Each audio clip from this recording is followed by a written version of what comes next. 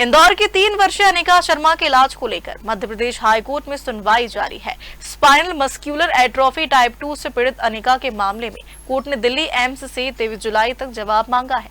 मामले की अगली सुनवाई 27 जुलाई को होगी।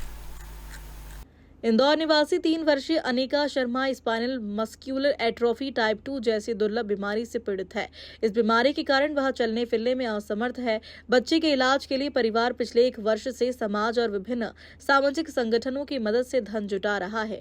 परिजनों के अनुसार अब तक करीब 7.5 करोड़ रुपए एकत्र किए जा चुके हैं, लेकिन महंगे इंजेक्शन के लिए अभी भी लगभग 2 करोड़ रुपए की आवश्यकता है।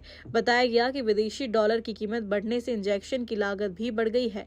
मामले की सुनवाई पिछले 4 महीने से हाई कोर्ट में चल रही है।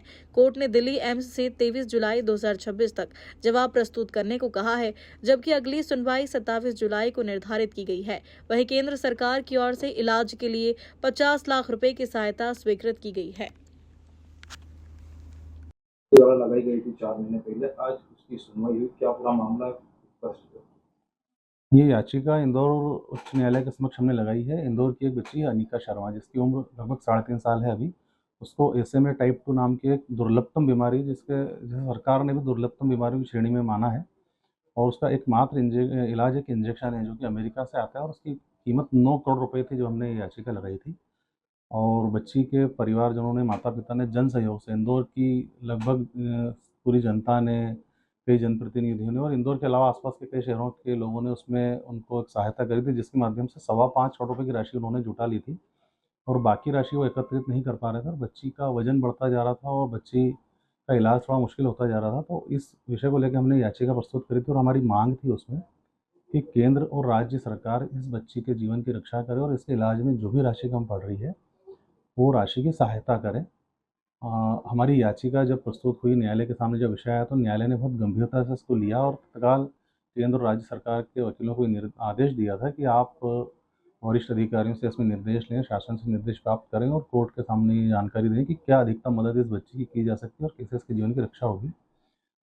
उसके बाद लगातार 3 सुनवाइयों पर केंद्र और राज्य सरकार के वकील उपस्थित होकर केवल इसका जवाब देने के लिए समय मांग रहे हैं, और 4 महीने बिता दिए हैं इसी तरह से।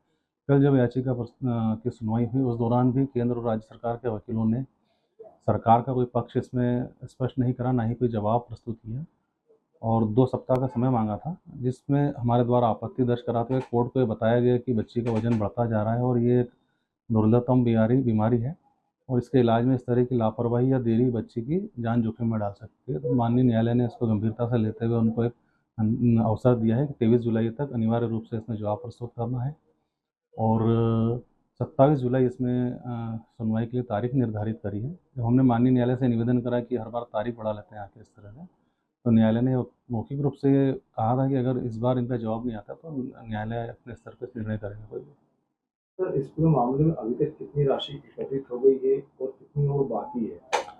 इसमें अभी तक लगभग 7.5 करोड़ रुपए की राशि अलग अलग संस्थाओं से, देश के अलग अलग हिस्सों से मिला के जमा हुई है, परंतु कुछ राशि परिजन के पास है, और अधिकतम राशि जिन संस्थाओं ने संग्रहित करी है, कलेक्शन कराया क्राउड फंडिंग के माध्यम से, उनके पास जमा है। 50 लाख रुपए की एक स्वीकृति इसमें केंद्र सरकार ने भी दी थी, परंतु उस राशि को लेके एम्स का भी कहना है कि शासन से हमें कोई स्वीकृति प्राप्त नहीं हुई है, इसलिए वो 50 लाख की राशि को लेकर असमंजस है। और वैसे देखा जाए तो 7.5 करोड़ रुपए अन्य व्यक्तियों और संस्थाओं की मदद से 50 लाख की जो सहायता केंद्र से मिली है, उसको मिला के 8 करोड़ रुपए हो जाते थे। कुछ समय पहले एम्स में हमने संपर्क करके बताया था और उनसे निवेदन करा था कि इसका इलाज की प्रक्रिया प्रारंभ करें, परंतु एम्स ने यह कह के इनकार कर दिया कि जब तक शासन के 50 लाख की स्वीकृति हमको नहीं मिलती, तब तक हम इसका इलाज या इंजेक्शन लाने की प्रक्रिया शुरू नहीं कर सकते। इंजेक्शन पहले 9 करोड़ रुपए का होता था, परंतु जब अभी डॉलर के रेट बढ़े हैं तो अब वो इंजेक्शन लगभग 9.5 करोड़ रुपए का हो गया, और संभावना है कि अगर जल्दी नहीं लिया तो उसकी कीमत और बढ़ सकती है। कौन से जल्दी सुनवाई करेंगे?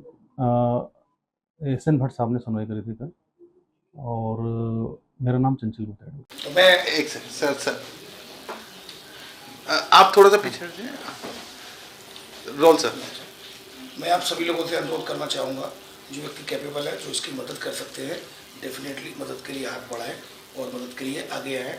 ऑलरेडी जो मेरा पेज है उस पर मैंने इसके वीडियो को रखा है, उसमें QR कोड भी है। अगर इस बच्ची की मदद करना चाहते हैं तो डेफिनेटली आप आगे आ सकते हैं। Thank you very much.